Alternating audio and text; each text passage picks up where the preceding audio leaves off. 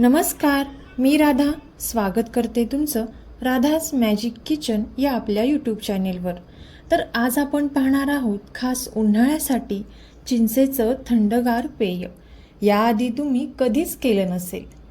चला तर मग आजच्या रेसिपीला आपण सुरुवात करूया। तर सर्वात अगोदर इथे आपल्याला 1 कप फुल भरून चिंच घ्यायची आहे। आता ही चिंच इथे आपल्याला या कपने मोजून घ्यायची आहे। आता या बाउलमध्ये आपल्याला ही चिंच हाताने या पद्धतीने मोकळी करून घ्यायची आहे। यानंतर यामध्ये आपल्याला पाणी घालून घ्यायचं आहे। चिंच पाण्यात बुडेल इतपत पाणी आपल्याला यामध्ये घालायचं आहे। आता पाणी घातल्यानंतर एकदा हाताच्या साहाय्याने इथे आपण हे चांगलं या पद्धतीने मिक्स करून घ्यायचं आहे। 1-2 ते 3 मिनिटांपर्यंत इथे आपण हे चांगलं मिक्स करून घेणार आहोत।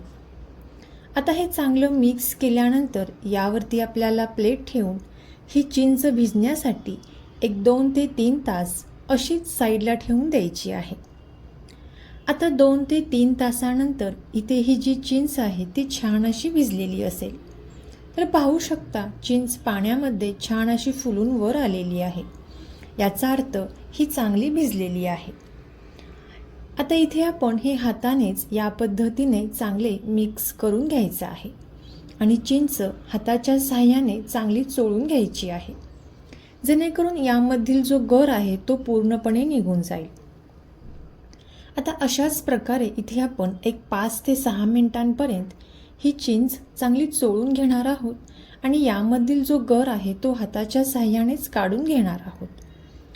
तोपर्यंत जर तुम्ही आपल्या चॅनेलवरती नवीन आला असाल तर नक्कीच आपल्या चॅनेलला सबस्क्राईब करा आणि सबस्क्राईबच्या पुढचे बेल आयकॉनचे बटन दाबा, जेणेकरून इथून पुढच्या छान छान रेसिपीज सर्वात अगोदर तुम्हाला पाहायला भेटतील।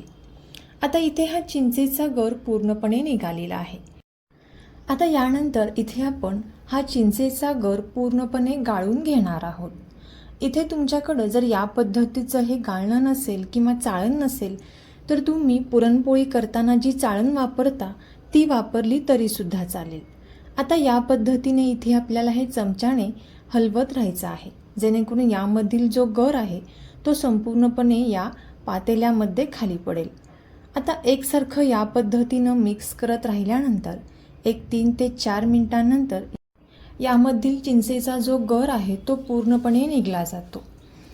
चिंच ही गुणाने थंड असल्यामुळे उन्हाळ्यामध्ये चिंचेचे हे थंडगार पेय नक्की ट्राय करून पहा। चिंच ही शरीराला थंडावा देणारी आहे, यासाठी उन्हाळ्यामध्ये आवर्जून चिंचेचं हे पेय नक्की ट्राय करा। आता याच प्रकारे इथे मी यामधील जो गर आहे तो पूर्णपणे काढून घेतलेला आहे। आता यामध्ये आपल्याला पाण्याचा वापर हा अजिबात करायचा नाही। आता ही जी चिंच आहे ती आपण एका साईडला ठेवून देणार आहोत आणि दाटसर असा घट्ट चिंचेचा गर इथे तयार झालेला आहे। आता हा तयार झालेला जो गर आहे तो आपण एका वाटीने किंवा एका कपने मोजून घेणार आहोत। इथे मी ज्या कपने चिंच मोजून घेतली होती त्याच कपने चिंचेचा हा गर मोजून घेतलेला आहे। आता इथे या कपने 2.5 कप इतका हा चिंचेचा गर इथे मी मोजून घेतलेला आहे।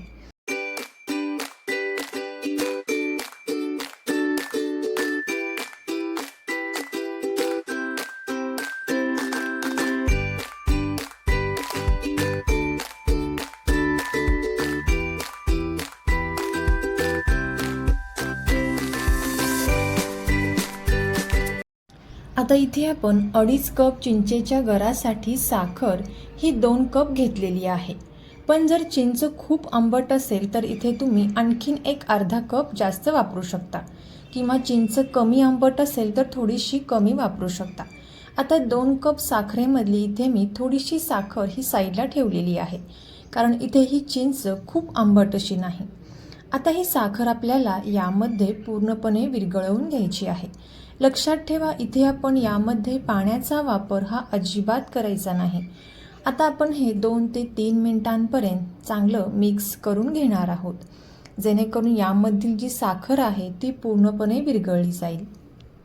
आता 4 ते 5 मिनिटांपर्यंत हे एकसारखं या पद्धतीनं हलवत राहिल्यानंतर साखर जी आहे ती पूर्णपणे यामध्ये विरघळलेली आहे.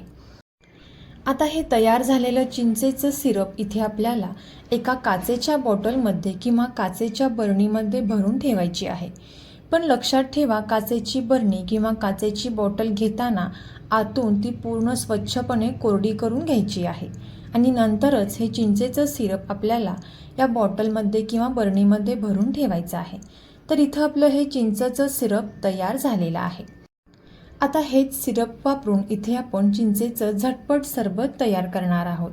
सुरुवातीला इथे आपल्याला एका ग्लासमध्ये 2 आईस क्यूब घ्यायचे आहेत आणि यामध्ये 2 ते 3 चमचे चिंचेचं सिरप घालायचं आहे. ज्या चमच्याने आपण पोहे खातो त्या चमच्याने 2 ते 3 चमचे सिरप यामध्ये घालायचं आहे. आता हे जे चिंचेचं सिरप आहे ते आठवडाभर फ्रीजमध्ये छान असं टिकतं. तर तुम्ही सुद्धा हे थंडगार पेय नक्की ट्राय करून पहा आणि कसं झालं ते कमेंट करून नक्की सांगा. तुम्हाला जर हे चिंचेचं पेय आवडलं असेल तर नक्कीच आपले मित्रमैत्रिणी आणि नातेवाईकांसोबत शेअर करा. चॅनलवरती नवीन आला असाल तर नक्की सबस्क्राईब करा. थँक्यू.